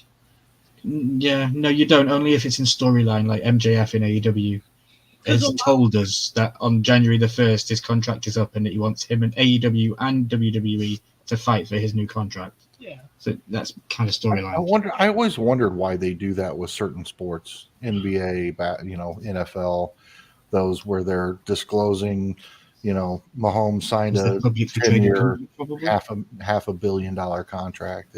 That's weird. I kind of think it's because I don't know how it's not publicly traded, right? And you can put stocks on. No, it's not publicly traded. Uh-huh. I know WWE is, so. Oh, it was. I don't know if it still is. It was just bought out by the UFC. It's not publicly traded because of the. Well, I don't know why it's not, but the fear of being publicly traded is the fear that it then can become rigged, more so than it could already potentially be. Okay. I mean, the Vegas odds already put enough pressure on people to rig it, but then you have not just stockholders, but the majority stockholders, the owners of the clubs, have incentive to throw games or win games or win by a certain amount or lose by a certain amount, and then they get involved in the day-to-day coaching of it, and it just waters the game down. How didn't your team play the other night as well? Was that against Randy's team? What's that? Did the Chiefs play against Randy's team the other night? No, Chiefs played against the Las Vegas Raiders. Randy's a 49er guy. The Raiders. And then the Bears played. Yeah, Bears played last night and won. Yeah. We won a game and didn't even score a touchdown. I did watch a Tim the Tapman video, and he had a custom Fortnite lobby, and you had to wear you get the NFL skin, and then you can customize it to any team you want. And he told all 100 players or 99 players, put on a NFL jersey, put on the skin for the team you want, and whoever wins, whatever team they are representing, I will put $2,500 down to win the Super Bowl. Nice. It was pretty interesting how it all played out and what it came out to. Yeah. So what team won? Let's just say he may as well throw his money in the garbage, not give it to Vegas. Gotcha. Yeah. Let's just donate that to something good. Yep. I think it was like the odds were like 1 in 360 or something for them to the Super Bowl. You never know. Which is a hell of a payday if they did. Oh my gosh. Yeah. Fly Eagles fly. Fly Eagles fly. I always hear about, I know Headless does a lot of it, betting, and Blaze does, and I'm like, that'd be awesome, but we can't do it here. You can't do it in Missouri. Yep. That's I think insane. Missouri's missing out on that. We legalize everything else. Let's legalize that too. Yeah. What stops you from doing it? I don't get it. Law. Yeah. Going to jail. Yeah. Paying fines. But just like you input your address, I'm guessing, in the app when you're signing up, and then it says your country isn't allowed.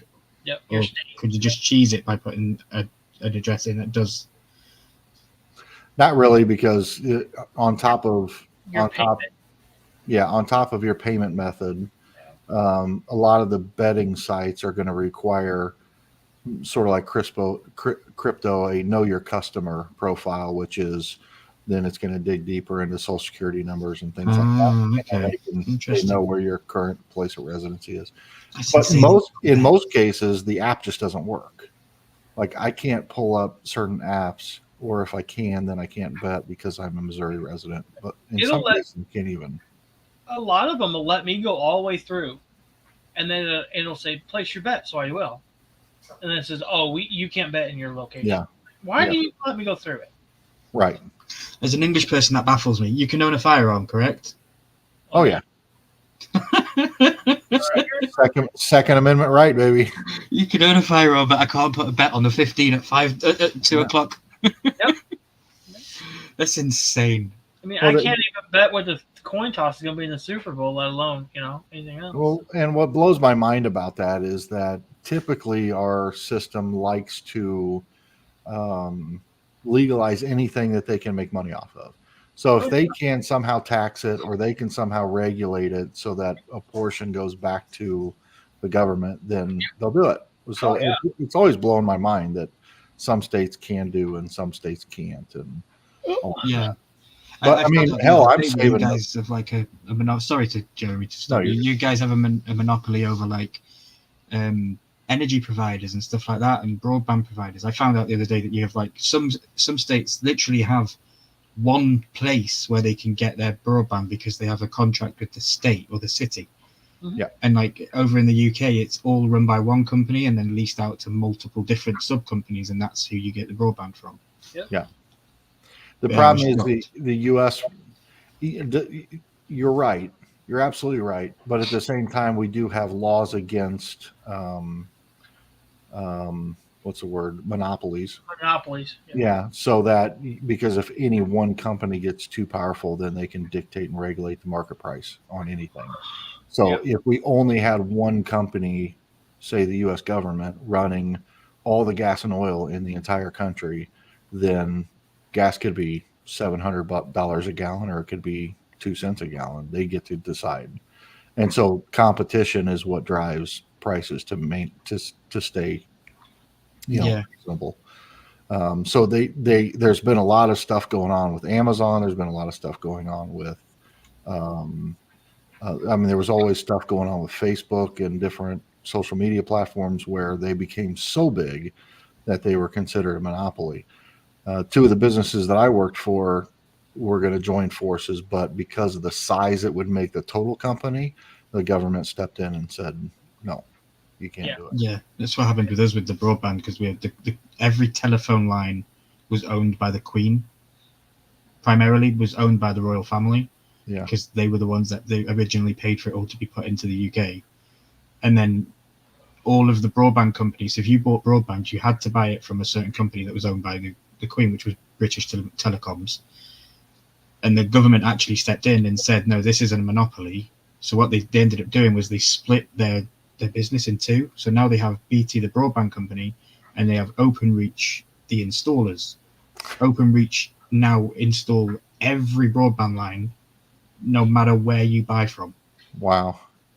So they still kind of a part of the monopoly, but yeah, it's kind of crazy. But I can buy my broadband from maybe 30 different companies, and every one of them is competing for price. That's why it gets so cheap.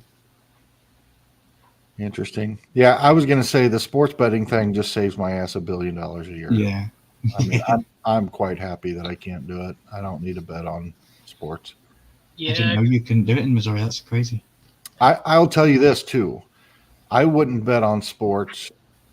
I don't know that football falls under this, but what I can tell you is that I used to be in hotel management, and I ran a residence inn in Indianapolis. And the year that the Bulls and the Pacers were in the NBA Eastern Conference Finals, the Bulls came to town, and the referees stayed at the Marriott at where I worked, and they got a fax that came across the fax machine, and they came down so fast that it was absurd. Like they were standing there watching it print off to make sure that nobody saw it. And so the first time it happened, they were like, okay, there's not a damn thing. But the second time they were a little bit slower. And I got to read the first couple of pages that came off the fax machine. And it was very specific to the referees from the league. Watch for these things. Don't call this stuff. Yeah. Do call this stuff. And it was player specific. Oh, yeah. Don't call these things on Jordan. Do call these things on, Reggie Miller. Don't, and to me, even though what dictates the end of the game is the ball going through the hoop. Yeah. The referees play not with betting. The referees played a large part in how the outcome of that game was going to be, and I would never put a nickel on NBA ever. I don't think I would NFL either. I don't think I Very would. interesting. From some of the calls and some of the non-calls here lately, especially, I watched a game Sunday. I don't remember what game it was, but I'm screaming at the TV like they can hear me, and they're not calling a single call. Nope. I'm like, are you kidding me? Blatantly, I was getting that mad. I'm like, I'm done.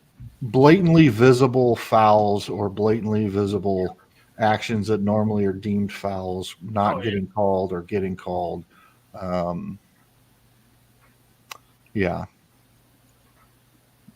Quick draw.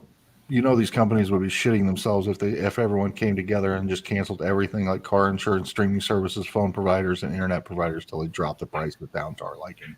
Yeah. That's a fact. It would just be, I mean, imagine the coordinated effort it would take. Oh my gosh. It could happen because what it reminds me of is the GameStop, you know, when they, the Big Short, or not the Big Short, that was a different movie, but when they all stood up to the wealthiest of the wealthy on Wall Street and made them lose their asses and drove GameStop stock through the roof. That was a highly coordinated effort.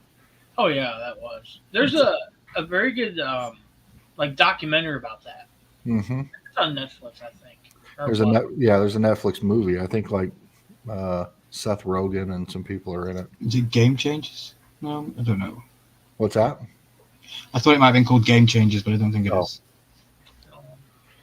Yeah, I don't remember because the Big Short was the other one that was like Christian Bale, and that was about the housing market crash and that was betting, a bunch of Wall Street guys betting on the economy falling apart because of the housing crisis. That's a great movie. That's a great first thing I think of when anyone says Wall Street. I know, that's such a great scene from a movie. That guy is weird. I love Matthew McConaughey. All right. I like Matthew McConaughey, but I could not stand. Who was the guy that played Joker? Heath Ledger? No. Oh, Jared Leto? No. Joaquin Phoenix? Yes. Joaquin Phoenix. I cannot stand him. Now, the Joker, that movie, that was okay. I like that.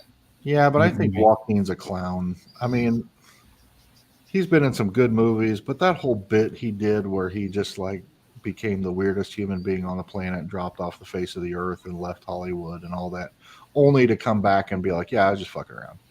Yeah. It just leaves a sour taste. And he was the most. Oh, yeah. Who's on the hot seat? Mark brings up.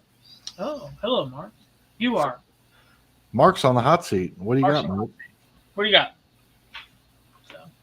I think I'm on the hot seat because I'm not watching this show with Mitchie right now. You probably are.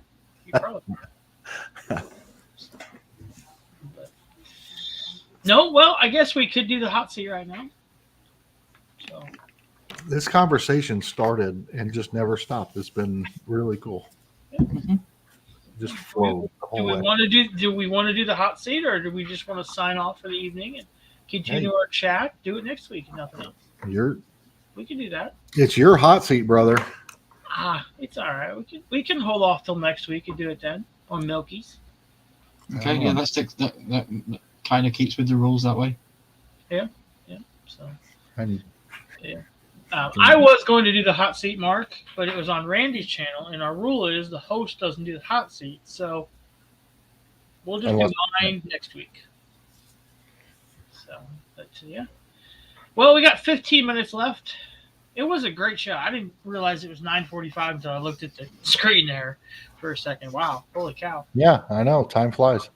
Time flies for sure. So, Milky, what do you got coming up this week, buddy? I don't know. I'm still living off the high of my video. Thank you for people that have watched it. You've absolutely done me a solid. I know this time last week I just probably uploaded it and was a bit anxious about it, but I gained 100 and something subs. So I'm now at 630, which is insane from one video. It's fantastic. I was telling Charles backstage, like, it only had 330 impressions, and I had 290 views. Yeah. So my Click-through thumbnail, rate. yeah, my click-through rate was like Crazy. What did I say? Like 15 or 16%? Like That's 16%, crazy. I think it was, yeah. That's Yeah, really good. and it's still there now. I'd like it's been a week upload, and it's still like 14% click-through. So AI, take the thank you this week, because I don't know if it'll be as welcome next week. Just that's all I'm saying. Yeah, it was an AI generated thumbnail, people. So it works. That's all I'm cool. going to say. That's pretty kind of cool. Very cool. So I don't know what I'm going to do, because yeah, that was in the travel. That one was in the travel industry, and I haven't got any. I've got loads of stuff on my phone. I just need to edit it and get it out. I think there's something there in that travel industry, because our vacation video, which has a funny story to it, but that's at almost 1,000 views. Nice. And I didn't even know it. Like, I just posted it, watched it because I always watch this. I don't know why I do that, but I do. Watched it and never looked at it again. And it's at like 1,000 views. The funny part is I used all copyright free music, and I was clean and clear until yesterday. And I got notifications on 3 of the songs that I used that copyrighted, and they took all monetization away, which doesn't matter because I'm not monetized. Yeah, thank you, Lane. I appreciate you commenting and watching it. It was strange. Like, I got all those subscribers and no comments, and usually that's a big red flag. But the subscribers have stayed, and I was looking over. I thought I got all of them for the one video. I actually didn't. I got like 40 something for the bike ride video, and then my House of the Dragon video gained 25 subscribers that week, and also the one before it also gained like 30 subscribers that week. So they must have just gelled together, but all of those videos were linked within the end screen of the bike video. So there's certain topics that I think people are drawn to comment to, like if you're doing stuff about a movie, or you're doing stuff about collectibles or things like that draw you into like I need to comment on this. I've never watched a travel video where I felt like I needed a comment. And I would say that of the 1,000 views, the only comments on our vacation video are from people we know from this community. Good point. So Yeah. I don't think that's unusual. I was just waiting to be able to introduce myself to people from that new community in the travel section. I think the more you do it, you'll get there. People will start reaching out and want to know you. But you just have 1 or 2 travel videos out there. They're just watching it and moving on until it becomes a consistent thing where people are coming back to your channel to watch more and more and more. Yeah. But I'm probably gonna put some more up, because I can't argue with it. If I'm getting a high click-through rate and I'm getting subscribers, then it's YouTube telling me upload more of this, please. Yeah. So yeah, stay tuned, I guess. Awesome. How about you, Jeremy? As seen on Temu, baby, my package arrived today. My package. I bought it this time. Mitchie doesn't know what I bought. We're going to be opening that one here this week. This is going to be good. As quickly as possible. Now, I will say that this first package will be interesting. There's something for, I don't know if I'll get that one in time or not, but I know that when I ordered it, I ordered something for her, something for me, and then something for us, or a couple of things for us. And then I have another that I'm waiting on. That's just pretty much all for me. And Mitchie's going to be like, what the? I'm expecting that, though. I want that. I want the same things that you give her that she'll give back to you. Like, why do we need this? There's some good things to come for sure. Awesome. Good stuff to come. That website is so addictive. Oh, it's ridiculous. I find myself laying on the couch watching YouTube or a video or something and just playing on Temu. Yep. Do we really need to see Jeremy open his package? Yes. Yes, you do, Mark. I think it's crazy, insane the way you get like every day. I'm the king of the world. I've won every prize. I'm the chosen one. I love a couple times I've been, you're the chosen one. Oh yeah. Oh. And then every time you open the app, you get to spin the wheel, and you always win the grand prize. It's always 90% off. Right. Yeah. You always win 10 free gifts or nonsense. It's fantastic. If I won, send me my free stuff. Come on. Yeah, it's so really good the way they just suck you in, and and then suck you dry. What? Have you tried emailing them and letting them know that you're doing a YouTube series? No, I haven't really thought about that, but I'm not sure how much Temu is a business in the way of like they sell all the. I think Temu is like Amazon, but China. I think Temu is Chinese Amazon. That's it. Yeah. They're a name and a bag. Yeah. It'd be interesting though. The They might stuff send that you a I gift card. bought this past time came from New Jersey. Correct. So I have some. I'll order everything all at once, and one package will come from China, one package will come from New Jersey, one package will come from somewhere else, and then so that doesn't always all come at the same time, and everything's just slammed into a plastic bag and wrapped in tape. Wrapped in tape. Oh, it always gets me. It's like. It doesn't matter if it's fragile, Nope. if it's not fragile, it's just plastic bag wrapped in tape, shoved in a mailbox. It's fantastic. It looks like a kilo of Coke in your mailbox, you know. That's right, Lainey. Lainey, I was talking to my brother and sister over Thanksgiving about we used to live in New Jersey, and we were talking about our experiences in New Jersey back in late 80s. Yeah, late 80s. And how like even the teachers at our school were connected. Like if you weren't Italian in the town we lived in, if you weren't connected in some way, you weren't. Yeah, You were nobody. So Lainey, hope you're connected. Much love to you, brother. That's awesome.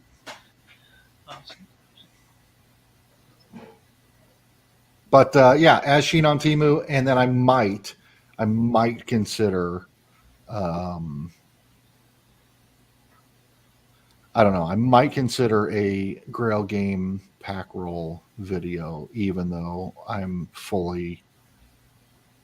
would be have to be fully prepared to just give away all that money. Yeah. We lived in what part of New Jersey do we live in? I think we lived in Trenton. Is that right? I don't know. I'd have to ask my sister. I was in fourth grade. I was in fourth grade. Oh no, we lived in Berlin, New Jersey. Berlin. That's where it was.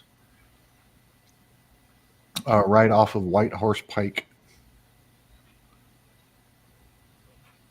Oh yeah, I know what that is. No, Sure. Sure. Oh, sure. that's where Cousin Dan lives. Yeah. Berlin, New Jersey. Right off of White Horse Pike, which was like the major.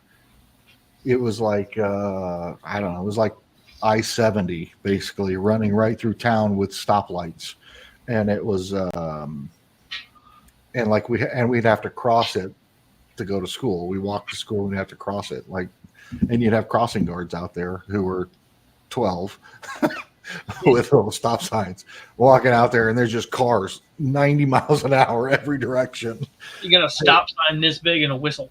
It was like playing a game of real life Frogger every morning on the way to school and way home. Yeah, I think it was near Atlantic City.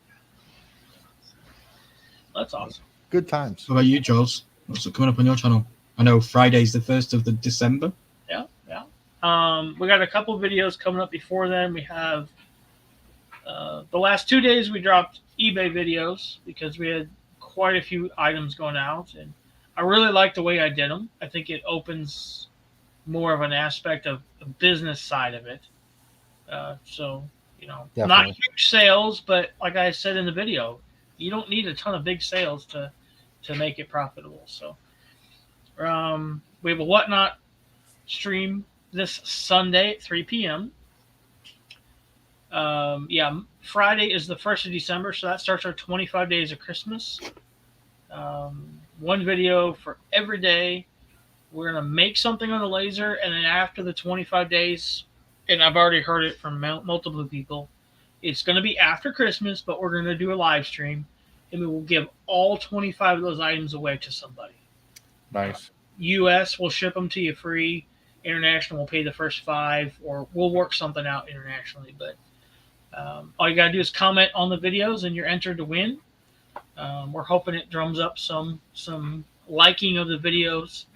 And yeah, we're putting some shorts out.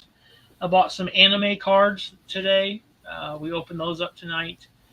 It's got about 50 views, I think, it already. So it's going. Um, just plugging away, try to stay afloat and hit that 1,000 mark before the end of the year. So Nice. got about 2 to go. I heard something very interesting on a video that I watched the other day, and the guy at the very end of the video said, "If you like this video, please do me a favor. It's free. Go down and hit the like button, subscribe, turn on notifications, leave me a comment. If you don't like this video, please let me know, and you can do that by hitting the thumbs down button." And it was and then went on, and I was like, "That's brilliant. I've never thought to tell somebody if you don't like it, hit the thumbs down. It's All interaction is interaction. Yeah. It's all still interaction. interaction. Yeah. That's right. It took you an extra 3 seconds to hit that down button. So that's 3 more seconds of view time for me. Thank you. It's 3 more seconds. It's engagement by the viewer. The YouTube loves engagement, good or bad. Yeah. Yeah. They don't care if it's good or bad. They just want engagement. Quick Draw said that's not far from where he's at. Well, if you ever see, my favorite teacher that I ever had in all of my education was Mrs. Benikowski. She was my 4th grade teacher at that elementary school, which I don't know what it was called. Yeah, tell her I said hi. I'm sure you know her, you know. Mary's? Is that right? Miss Benikowski. Okay. Yes. So, yeah, that's all I got coming up. Amazon video Monday again, of course. Let's Chat with Veterans. We'll do that. So, yeah, you are right. Yeah. Laney, I've been so guilty of that at times. It's too funny. Yeah, if you like this video, be sure to hit thumbs up. I'm like, you haven't even seen it yet. We are 7 seconds in. It's a great 7 seconds. Right. Right. Nope, that's all I got. I've probably said that in the beginning of one of these movie trailer reactions as well. Like, you guys haven't even seen me watch the trailer yet, or the video yet, and I'll be like, guys, if you enjoy this, then please hit the like. And I'm like, yeah. Should probably move that. Or rephrase it, guys, if you end up finding yourself entertained throughout this video reaction, then just hit that like button while you're laughing. You know, I like cutting into the middle. I haven't done it, but I like watching videos where they just cut in the middle, just sporadically, just splice the video and put in a, hey, what are you doing? Why haven't you liked this video yet? And then it goes back into the content. Excuse me. Right. Hello. I'll have to put one in for Laney specifically. Lane, like this video. Right. Why don't you like my video? That's creepy. Yeah. Or I liked Nick Merckx he was the first one I'd see do the audio sound that sounded like a text message. And then I'm always looking at my phone and realize the little whistles. And it's very, very draws you very much to that. Oh yes. To go do it. Yeah. Yeah. And then we have some that are going to thumbs up it even if we have the worst video ever, just because we're friends. You know. And then we'll have the same with thumbs down too, no matter what. We will have those. It's still thumbs down it. So. There's definitely some guaranteed thumbs down. I don't think YouTube actually shows you that though, because like if you like a video, YouTube puts it in a folder for you, and there is a section on your channel called liked videos, and it collects them all. But it doesn't give you a disliked video section. So YouTube, if you're listening, give us one. Yeah. It doesn't, but you can see how many people dislike your videos. Like I have 1 to 2 dislikes on every single video, guaranteed. Oh yeah, same. Probably that's because I'm a celebrity and because not everybody loves Milky. Everybody loves Randy. I was gonna say we probably know who they are, and that's fine. So I appreciate the interaction regardless. Everybody loves Randy. Yeah, that's exactly right, Quick Joy. So sometimes he has the thumbs down to get us off our high horse. I love it. That's absolutely right. Good for you. That's perfect. And it's still interaction, so I'm happy with it. I remember Charles changed his name to I like thumbs down. Yeah, exactly. Yeah, Mark, you do. No need to bet. You can't Can't bet in Missouri, remember? So Oh, right. No betting in Missouri. Otherwise, I'd put my No money. betting, but we know who you're talking about. So, well, guys, it's been a wonderful Tuesday night. We want to thank everybody that's been in the chat. It's too many of you, so I'm not going to read you off, but you know who you are. You're here every Tuesday night for us, and we totally appreciate that. We know you could be someplace else, but thank you. So, Yes. Jeremy? I appreciate each and every one of you. You know that we all love you and we enjoy spending this time. If we didn't enjoy spending this time with you guys in the chat, we wouldn't keep doing this every Tuesday night.